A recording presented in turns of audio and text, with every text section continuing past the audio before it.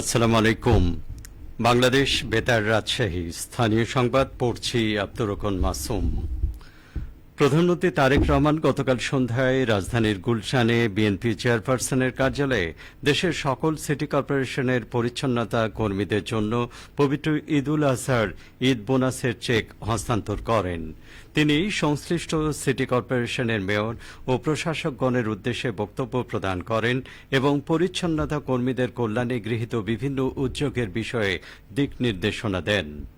এ সময় প্রধানমন্ত্রী তারেক রহমান পবিত্র ঈদ উল আজহা উপলক্ষে রাজশাহী সিটি কর্পোরেশনের পরিচ্ছন্নতা কর্মীদের জন্য আর্থিক সহায়তা চেক রাজশাহী সিটি কর্পোরেশনের প্রশাসক মোহাম্মদ মাহফুজুর রহমান রিটনের হাতে আনুষ্ঠানিকভাবে তুলে দেন।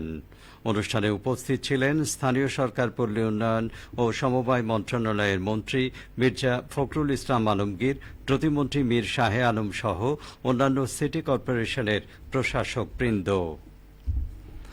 আজ থেকে শুরু হয়েছে ঈদে ঘরমুখ মানুষদের নিয়ে রেলের 5 দিনব্যাপী ঈদ যাত্রা। গতকাল থেকেই কমলাপুর রেলওয়ে স্টেশনে দেখা গেছে ঘরমুখ মানুষের ভিড়। যাত্রীরা বলছেন ভোগান্তি এড়াতে কিছুটা আগেই রাজধানী ছাড়ছেন তারা। এবার রেলের ঈদ বহরে চলাচল করবে 43 জোড়া আন্তনগর সহ 66 জোড়া ট্রেন। স্টেশন ম্যানেজার জানান, এর বাইরেও ঈদ উপলক্ষে চলাচল করবে 10টি বিশেষ ট্রেন।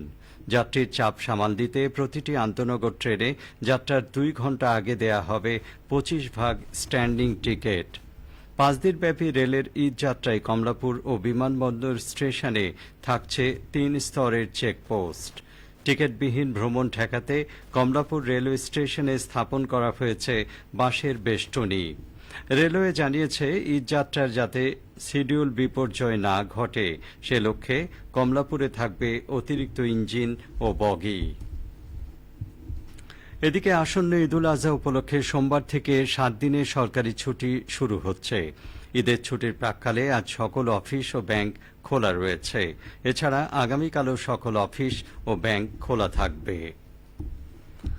আসন্ন কোরবানিকে সামনে রেখে রাজশাহীর পবা উপজেলায় পশু জবাই ও কোরবানির পশুর চামড়া সংরক্ষণ বিষয়ে প্রশিক্ষণ কর্মশালা অনুষ্ঠিত হয়েছে। গতকাল উপজেলা পরিষদ হলরুমে উপজেলা প্রশাসনের আয়োজনে এই কর্মশালা অনুষ্ঠিত হয়। প্রশিক্ষণ কর্মশালার উদ্বোধন করেন অতিরিক্ত জেলা প্রশাসক সার্বিক মোহাম্মদ সবুর আলী। তিনি বলেন, পরিষ্কার ও নির্ধারিত স্থানে পশু জবাই করতে হবে।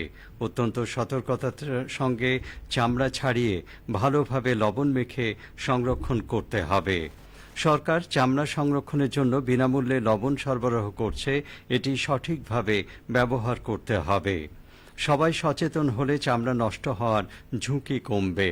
সকলের সম্মিলিত প্রচেষ্টায় সরকারের লক্ষ্য ও উদ্দেশ্য সফল হবে।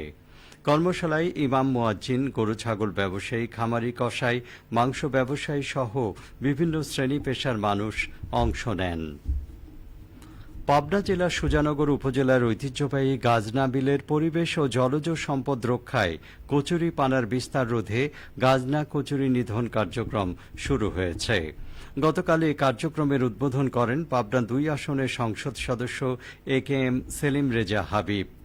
তিনি বলেন, এ অঞ্চলের কৃষি, মৎস্য ও জীববৈচিত্র্যের জন্য গাজনা বিল অত্যন্ত গুরুত্বপূর্ণ একটি জলাশয়। কচুরি পানার অতিরিক্ত বিস্তারের ফলে বিলের স্বাভাবিক পানি প্রবাহ ব্যাহত হচ্ছে, মাছের উৎপাদন কমে যাচ্ছে এবং নৌযান চলাচলেও সমস্যা সৃষ্টি হচ্ছে। বিলের পরিবেশ রক্ষা ও স্থানীয় জনগণের স্বার্থে এই কচুরি নিধন কার্যক্রম অত্যন্ত সময়োপযোগী উদ্যোগ। সরকারের পাশাপাশি স্থানীয় জনগণকে জলাশয় রক্ষায় সচেতন ও দায়িত্বশীল ভূমিকা পালন করতে হবে। এ সময় স্থানীয় জনপ্রতিনিধি, প্রশাসনের কর্মকর্তা, মৎস্যজীবী, কৃষক এবং এলাকার গণ্যমান্য ব্যক্তিবর্গ উপস্থিত ছিলেন। ঈদ উল আজহা উপলক্ষে ন্যায্য মূল্যে টিসিবির পণ্য সামগ্রী বিপণন কার্যক্রম গতকাল শেষ হয়েছে। 10 কর্মদিবসের এই কার্যক্রমে 40,000 ব্যক্তি উপকৃত হয়েছেন। নাটোর পৌরসভা এলাকায় 3টি এবং 7টি উপজেলা পর্যায়ে 7টি অর্থাৎ মোট 10টি ট্রাক যোগে 11 মে থেকে 21 মে পর্যন্ত এই কার্যক্রম পরিচালনা করা হয়। এই কার্যক্রমের প্রত্যেক ব্যক্তিকে 480 টাকা মূল্যের প্যাকেজে 2 কেজি মসুর ডাল, 2 লিটার সয়াবিন তেল এবং 1 কেজি চিনি সরবরাহ করা হয়। প্রত্যেক ট্রাকে 400 জন ক্রেতা পণ্য পেয়েছেন। সবশেষে আবহাওয়া। আজ দুপুর 12টায় রাজশাহীতে তাপমাত্রা ছিল 35.3 ডিগ্রি সেলসিয়াস। এই সময় বাতাসে আপেক্ষিক আর্দ্রতার পরিমাণ ছিল 71%। রাজশাহী ও পার্শ্ববর্তী এলাকায় আজ সূর্যাস্ত সন্ধে 6:45। সংবাদ শেষ হলো। আমাদের পরবর্তী স্থানীয় সংবাদ দুপুর 2:05।